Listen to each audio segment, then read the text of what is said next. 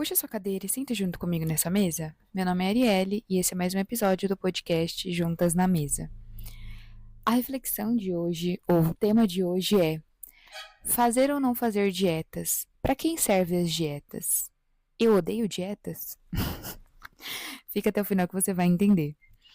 Bom, acho importante a gente começar dizendo que há público para tudo. Há pessoas que vão se adaptar a dietas e há pessoas que, além de não se adaptarem, vão se prejudicar. E há aquelas que, mesmo que queiram, não devem fazer dietas. E eu vou citar cada uma delas aqui. Existem algumas pessoas que se adaptam bem com a dieta porque elas não têm nenhum gatilho que possa desencadear com que essa pessoa desenvolva um transtorno alimentar, ou elas se dão bem porque elas são, digamos que, mais metódicas e elas gostam desse lugar mais delimitado, mais, entre muitas aspas, organizado, porque sem dieta dá para ser organizado também. E elas vão se adaptar e elas não vão ter nenhum efeito adverso, né? Ah, agora, existem aquelas pessoas que não vão se adaptar. Não necessariamente por conta de alguma questão de transtornos alimentares, mas que pode ser também porque a dieta pode ser um gatilho para essas pessoas, mas por uma questão de que são pessoas que preferem um pouco mais de fluidez, de flexibilidade e que vão se adaptar melhor não tendo um controle muito rígido, né? E o último grupo daquelas que mesmo que queiram mas que não vão se adaptar, são aquelas pessoas que já têm um comer transtornado ou que já tiveram um transtorno alimentar e atualmente estão em remissão. Talvez as dietas, e eu tô usando talvez porque eu tô sendo bem modesta e também porque cada corpo é um corpo e mesmo sabendo da literatura científica sobre isso, ainda assim eu não tô aqui para generalizar e afirmar nada, porque pode aparecer alguém dizendo aqui: mas eu tive transtorno alimentar e hoje eu faço dieta e tô bem. Que bom, continue, se está te fazendo bem, claro. Mas existem essas pessoas que elas, em tese, né, não deveriam fazer, porque pode trazer um grande prejuízo para essas pessoas. Dito isso, agora eu quero explicar um pouquinho do que é não fazer dieta e o que é não prescrever dietas também, né? Porque às vezes as pessoas ficam com receio, elas ficam inseguras e elas não entendem o que é trabalhar sem dietas e o que é viver sem dietas. Estou falando isso também porque, por mais que agora eu me considero sim uma podcaster, o podcast não paga as minhas contas. O que paga as minhas contas são os atendimentos nutricionais, o acompanhamento nutricional. Então, sabendo que esse veículo, né, o podcast, esse veículo de comunicação, talvez possa vir atingir mais pessoas, eu vou utilizar isso aqui para ampliar a minha fala sobre a minha forma de trabalho, sobre a minha abordagem, sobre o que eu gosto de fazer. Então, serve para isso também, serve como uma curiosidade para que vocês aprendam, mas também para que vocês se interessem pelo meu trabalho para além do podcast, caso vocês precisem, né, de um acompanhamento nutricional. Então, vamos lá. O que as pessoas acham? O que é o senso comum do não fazer dieta, do não prescrever dieta, ou do viver sem dietas? As pessoas acham que o paciente chega na consulta e eu simplesmente falo: faz o que você quiser, come qualquer coisa, porque se você não tá fazendo dieta mesmo, você não precisa seguir nada. Não tem nada, não tem nenhum tipo de atividade, nenhum tipo de exercício, não existe meta terapêutica dentro do acompanhamento.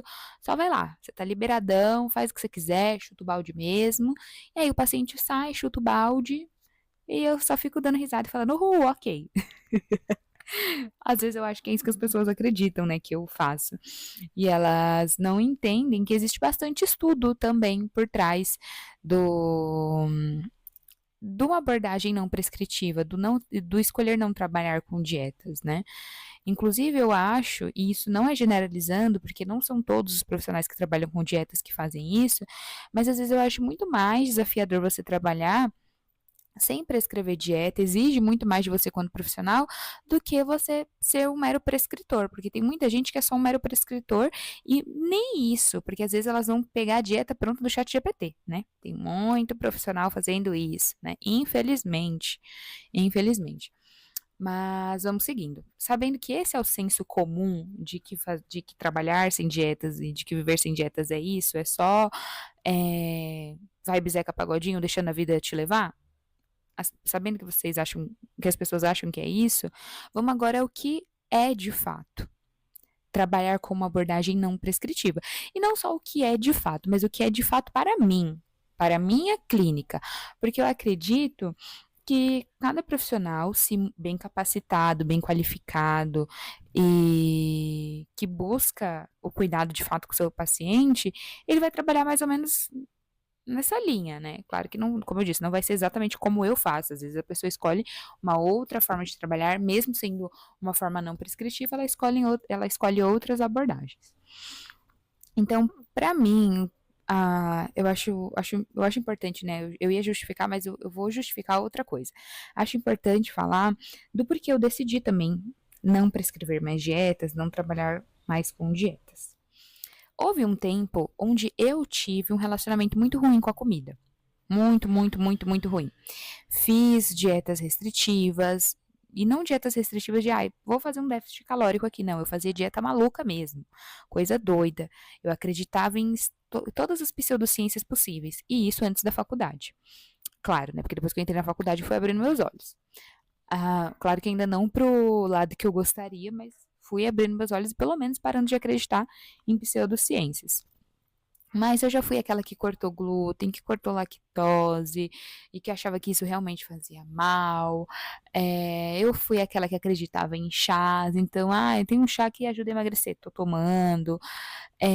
Já tive alguns episódios que hoje, sabendo, né, trabalhando com transtornos alimentares, eu poderia dizer que talvez foi um transtorno alimentar não especificado ou uma bulimia de baixa frequência, enfim, não vamos só pensar em diagnóstico, mas eu tinha uma relação bem complicada com a comida, bem complicada mesmo, assim, para dizer o mínimo. E eu escolhi trabalhar sem dietas a partir do momento que eu entendi o porquê essas dietas me faziam mal, mas é que não era só para mim, né? Que não é algo individual, não é uma experiência individual. E eu não tô falando isso também de vozes da minha cabeça. Eu não lembro se no primeiro episódio eu já falei, mas se você não ouviu o primeiro episódio, está me ouvindo pela primeira vez, eu trabalho com transtornos alimentares, eu sou especializada em transtornos alimentares. Eu fiz um curso na maior referência de transtornos alimentares da América Latina, que é o Ambulim, que fica no Instituto de Psiquiatria da USP.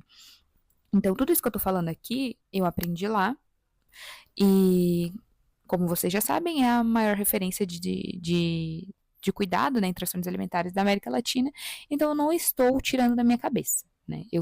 Foi baseado em muito estudo isso que eu estou falando.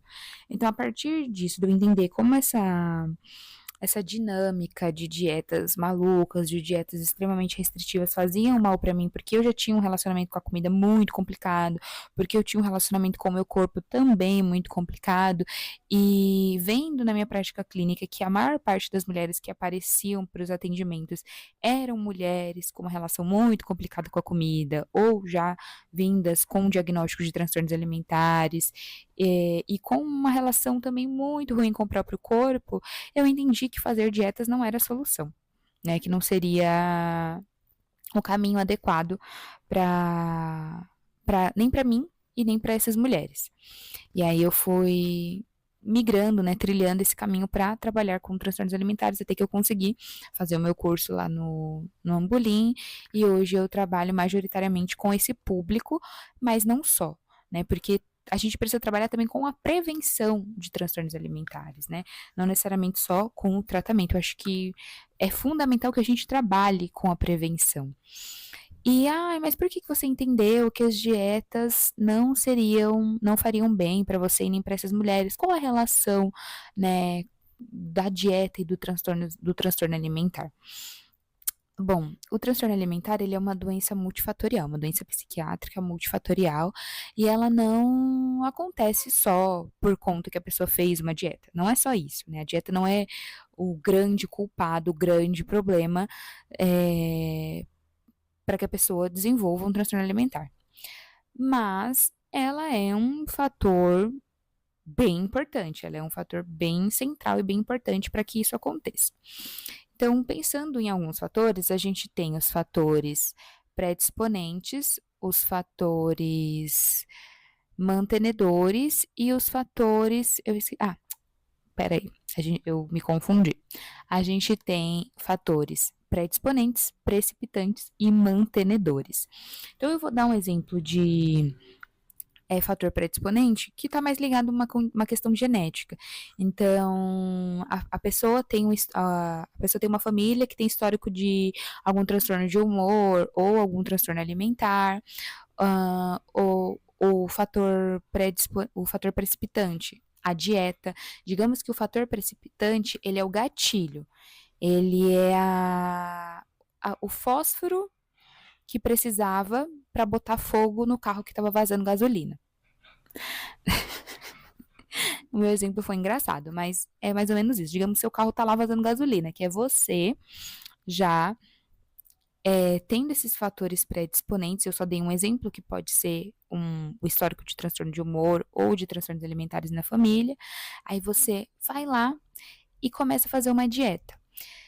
Ela vai ser aquela faísquinha que faltava. Mas a gente também tem o fator mantenedor. Fator mantenedor, a gente pode pensar no nosso meio, no nosso meio cultural, meio social. E o que hoje é extremamente valorizado pela nossa cultura, não hoje, né? Mas, né, vocês entenderam. O que é valorizado pela nossa cultura?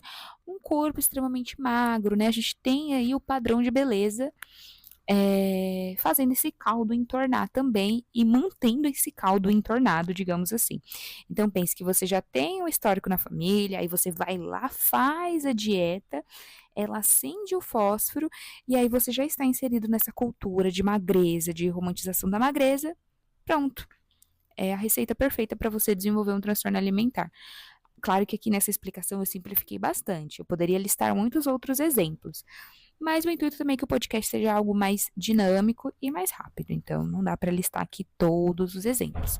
Mas vocês podem me acompanhar nas minhas redes sociais. Então, tanto no meu Instagram, Arielle Nutri, ou no meu Instagram do podcast, no @juntas.namesa, que a gente pode conversar mais sobre isso.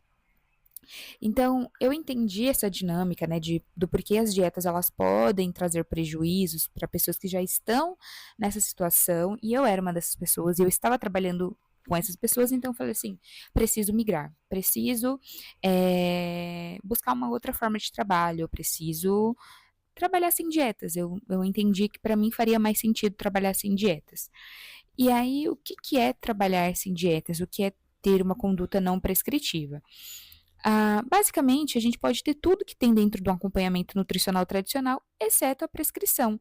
E aí, exceto a prescrição, quando eu falo literalmente exceto a prescrição, é que eu não vou ficar te passando uma dieta extremamente calculada. Mas eu posso sim te dar sugestões de cardápio, sugestões de refeições. Inclusive, eu gosto muito de fazer isso em consulta com os meus pacientes. É que para alguns pacientes, dieta, plano alimentar, cardápio podem ser nomes, gatilhos para pessoas que já fizeram muitas dietas, que já estão muito feridas, muito machucadas e extremamente não, e realmente adoecidas por conta dessas práticas, que aí às vezes eu procuro utilizar outros nomes, como por exemplo, sugestões de refeições da semana, ou vamos organizar suas refeições da semana. Para algumas pessoas até cabe ali cardápio, elas entendem que o cardápio é mais sugestivo do que prescritivo e restritivo. Enfim, mas eu gosto de dar bastante sugestões. A gente estabelece metas importantes, metas terapêuticas relacionadas ao ao quadro daquela pessoa, né, ao caso daquela pessoa, a queixa que ela apresenta. Então a gente vai estabelecer metas e essas metas elas serão acompanhadas, claro que sem rigidez, sem controle, sem bronca, porque ninguém me paga para me ficar dando bronca, porque ninguém é meu filho, né, dentro do tratamento nutricional, né? Eu tento criar um tratamento bem horizontal e bem respeitoso com as minhas pacientes, né? Atendo alguns homens também, então com as minhas pacientes e com os meus pacientes. Então a gente tem como eu posso dizer, um tratamento, um acompanhamento construído em dupla, né? Porque esse é o intuito também, pelo menos para mim, quando eu decidi migrar para uma clínica não prescritiva, foi trabalhar em conjunto com o meu paciente, e inclusive colocar ele como centro ali do acompanhamento. Mesmo que quando eu prescrevia, eu já buscava esse movimento. Eu acredito que não prescrever me deu mais liberdade para fazer isso, para colocar o paciente mais nesse lugar centralizado, dar mais importância para o que o paciente tinha para dizer, né, para o que o paciente tem para dizer. Então eu já listei aqui as sugestões de refeições da semana, cardápio, enfim. Falei sobre as metas terapêuticas que a gente estabelece, elas são importantes. Então, eu olho também para coisas que nutricionistas tradicionais vão olhar. Então, como que está o funcionamento intestinal dessa pessoa? E se for necessário, eu peço para que essa pessoa inclua alguns alimentos, a depender de como está o funcionamento intestinal dessa pessoa. Trabalhamos a questão do sono, se essa pessoa não está dormindo bem, porque o sono ele é muito importante para o comportamento alimentar. E se a pessoa quiser emagrecer, se não for uma pessoa que está tratando transtorno alimentar, o sono é importante também para essa questão do processo de emagrecimento. E trabalho também com exercícios de reflexão, atividades terapêuticas. Então, no último episódio do podcast, eu fiz com vocês um exercício sobre o corpo, né? Sobre a minha relação com o corpo e que pode ser aplicado dentro do atendimento nutricional. É um exemplo de exercício que eu posso aplicar com os meus pacientes. Então, a gente faz bastante exercícios de reflexão, bastante atividades, para que os pacientes comecem a migrar para um relacionamento mais agradável, melhor com o próprio corpo. Eu incentivo muito práticas culinárias dentro do possível, entendendo que nem todo mundo consegue estar disponível ali para cozinhar por conta de N fatores, mas para aquelas pessoas que conseguem, eu incentivo muito a prática do cozinhar, ter mais contato com a comida. Me baseio muito, muito, muito no guia alimentar para a população brasileira.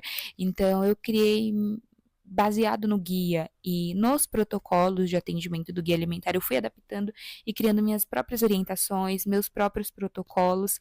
E claro, não são protocolos é, que eu saio replicando com todo mundo, né? Eu vou sempre adaptando para aquele paciente, mas seguindo as orientações centrais do guia alimentar, então visando a redução do consumo de alimentos ultraprocessados, priorizando o aumento do consumo de alimentos in natura.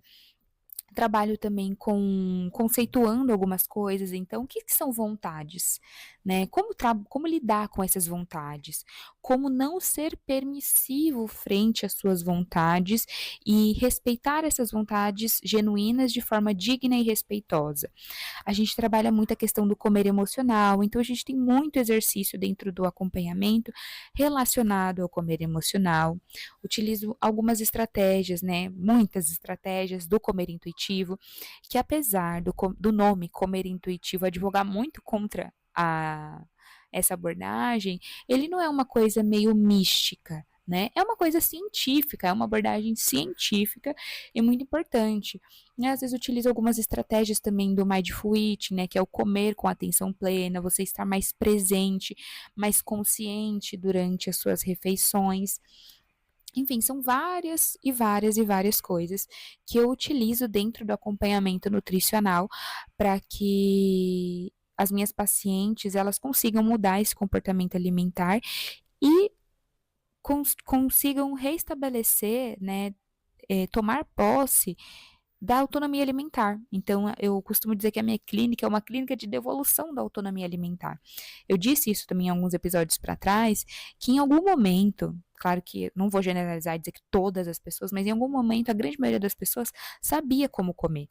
A gente sabia respeitar fome, saciedade, a gente sabia respeitar as nossas vontades, mas em algum momento isso foi desandando por vários fatores, podem ser fatores emocionais, fatores psicológicos, fatores financeiros, enfim, várias coisas podem ir moldando o nosso comportamento alimentar. Por isso que eu fui entendendo também que trabalhar com comportamento e não prescrever era importante para mim, por eu trabalhar também com um público que passou por muitas questões financeiras, muitas dificuldades financeiras e ainda passa, e eu vejo como a abordagem do comportamento, ela visa olhar não só o que se come, mas o porquê que essa pessoa está comendo, como essa pessoa está comendo, quais são os determinantes de saúde que estão impedindo para que essa pessoa de fato consiga ter saúde e ter uma alimentação saudável e equilibrada, né? Então eu vejo essa abordagem ela muito mais ampla e que ela abraça mais essas demandas, pelo menos ao meu ver.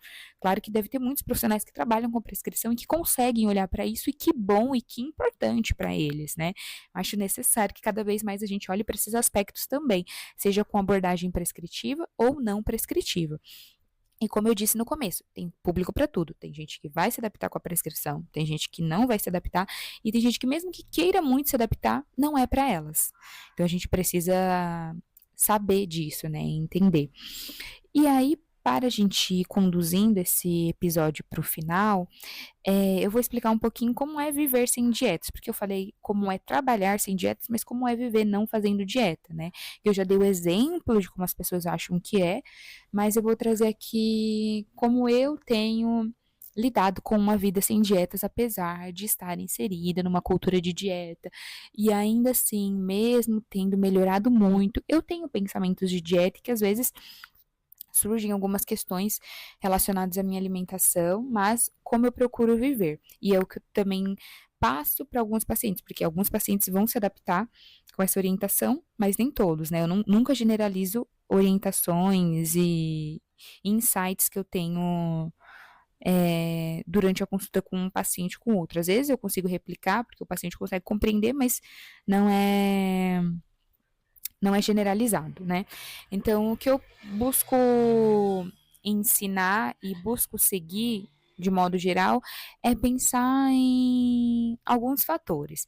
Então, primeiro, alguns critérios, né? Eu acho que é melhor a gente pensar assim, alguns critérios. E aí, esses critérios são o contexto, a quantidade e a frequência. Claro que existem outras coisas que a gente tem que pensar na hora de não quando não vai fazer dieta. Então, pensar fome, saciedade e N coisas. Mas isso aqui é o básico, só para mim deixar é, até uma orientação para vocês. Se você que está me ouvindo ainda não consegue fazer um acompanhamento nutricional, ou não se identifica com a abordagem prescritiva e quer começar a viver sem dietas, né? Tentar viver uma vida sem dietas, porque você viu, entendeu que a dieta faz mal para você, não traz benefício algum, fica assim um gostinho, uma pitadinha para você entender como você pode começar, né? Como você pode dar esse pontapé inicial. Então, eu gosto de chamar de critérios. Tem gente que costuma chamar isso de regrinhas, mas como eu disse, algumas pessoas têm aversão a alguns nomes por conta do histórico de dieta muito pesado. Então, regra é um desses. Então, eu prefiro utilizar o nome critério. Então, eu busco seguir esses critérios: contexto, quantidade e frequência. Então, o alimento que eu estou consumindo agora, ele tem sentido eu consumir ele no café da manhã? Ele tem contexto de café da manhã? Tem contexto de almoço? E como que eu vou pensar contexto? Você pode pensar contexto por conta de um aspecto cultural. Aí, cultural, pense cultura brasileira, então o que os brasileiros costumam comer, mas também você pode pensar numa questão mais regional, então o que se come no café da manhã no Sudeste, o que se come no café da manhã, mais especificamente em São Paulo, ou o que se come no café da manhã no Nordeste, mais especificamente na Bahia, por exemplo, ou uma cultura mais familiar, porque por mais que às vezes a pessoa mora aqui no Sudeste, mora em São Paulo, às vezes a cultura familiar dela é muito mais parecida com a de algum estado do Nordeste, porque veio, né, a família migrante veio de algum estado do Nordeste e ela acabou seguindo muito mais a cultura dessa família do que do estado que ela está inserida. Então você pode pensar também na sua cultura familiar, né, o seu núcleo familiar, o que é contexto de café da manhã, de almoço, e de jantar para vocês, por exemplo. Outro exemplo de contexto também são as situações. Então, pense que o contexto é o plano de fundo daquilo que você está comendo, porque isoladamente, sem dar um contexto para os alimentos, não quer dizer nada. Por exemplo, se a gente pensar bolo e salada. Sem contexto, sem esse plano de fundo, a gente não tem muito o que dizer sobre bolo e salada. Algumas pessoas podem dizer, ai, bolo não é saudável, ai, bolo é melhor não comer. Algumas pessoas, ai, salada é saudável. Mas se a gente for pensar num plano de fundo, então, pensando na salada, se eu pensar que levar salada para um aniversário, tem tanto contexto, né? Você pode até levar, mas não tem contexto, não tá inserido ali, vai destoar muito. E claro, se você não quiser comer o que tem ali, tá tudo bem. Mas entende, é mais uma exemplificação do que é contexto, para que vocês entendam mesmo o que é contexto e consigam assimilar essa ideia, tá bom? Outro ponto é eu falei contexto, quantidade e frequência. Quantidade. A quantidade, aí a gente pode se pautar a partir de fome e saciedade. E aí, para pensar fome e saciedade, seria muito importante estar dentro do acompanhamento nutricional e trabalhar e explicar mais detalhadamente o que é fome e saciedade. Mas vou deixar aqui uma outra orientação básica. Evite comer quando você tiver com uma fome muito alta e evite comer quando você não estiver com fome. Ai, mas eu preciso comer, eu tô completamente sem fome, eu preciso comer porque eu tenho que bater as minhas metas de proteína. Epa, epa, epa. Ou ai, eu preciso comer porque eu preciso bater as minhas metas de caloria. Epa, epa, epa. Né? Então, aí veja como já desrespeita algo que é muito importante, que é o próprio sinal do seu corpo. Se você não tá com fome, por que comer? Faz sentido comer? Fica aí para refletir. E o último é a frequência. Então, é interessante eu comer pizza todos os dias? Talvez não. Ah, porque a pizza é ruim? Não, mas porque também pode tornar monótono a sua alimentação. Por mais que hoje você pode estar me ouvindo pensando, até parece, se eu comer pizza todos os dias eu vou amar. Mas pense, se você comer pizza todos os dias da sua vida, será que você vai amar mesmo pizza? Talvez você pegue ódio. Vou dar o exemplo do episódio de Todo Mundo Odeia o Chris, que o Julius compra não sei quantos quilos de linguiça. A Tônia já não gostava de linguiça mesmo, mas a família chega uma hora que, tá todo mundo empapuçado, ninguém quer comer, a gente cansa. Pode não parecer, mas a gente cansa. E se você estiver atenta ao seu corpo, e claro que existem pessoas que não conseguem, por N fatores, estar atenta a esse corpo, você vai conseguir perceber que o seu corpo, às vezes, ele pede alguma coisinha nutritiva, uma salada, uma verdura, uma água, né? Então, é importante. Então, para finalizar, é isso, assim, né? Dizer que viver sem dietas não é viver uma vida de permissividade, como as pessoas acham que, de sim para tudo e que essa pessoa ela só vive pelo bel prazer e que ela não sabe dizer não para você mesma, porque você é escravo do seu próprio prazer, pipipi, pipipi, pipipi. Mas eu acho que dá pra gente ter prazer na nossa alimentação comendo também verduras, legumes, coisas que são tidas como comida de dieta. E aí isso fica como um tema para um próximo episódio, né? Pra gente pensar nessa questão de por que a gente não enxerga prazer em alimentos que são considerados de dieta e por que a gente enxerga tanto, mas tanto prazer nesses alimentos proibidos. A gente pode conversar sobre isso então no próximo episódio. Eu espero que esse episódio tenha feito sentido para vocês, que tenha sido uma boa companhia para vocês, que eu tenha conseguido explicar e vender o meu peixe, não só do meu trabalho, mas ser uma propagadora aí da palavra da não prescrição. Espero que vocês tenham conseguido compreender o meu intuito e, enfim, não deixem de avaliar o podcast com 5 estrelas, por favor. Então siga aqui no Spotify e avalie com 5 estrelas. Comente também o que você achou desse episódio. Eu agradeço muito quando as pessoas comentam parabéns. Ótimo episódio, mas vamos desenvolver essa conversa? Me digam aí o que vocês acharam, qual foi o ponto alto para vocês desse episódio? Comentem aí que eu quero saber. E a gente também tá no YouTube, viu? Então, se você tá me ouvindo pelo YouTube, se inscreve no canal, deixa o like e compartilha com seus amigos, se você gostou. E se não gostou, compartilha com os inimigos. Então é isso, muito obrigada. Acho que esse episódio foi o mais longo até aqui. Não tenho certeza, quando eu editar eu vou saber. Mas eu agradeço muito. Era um tema muito importante que eu precisava falar. Então é isso, muito obrigada e até o próximo episódio.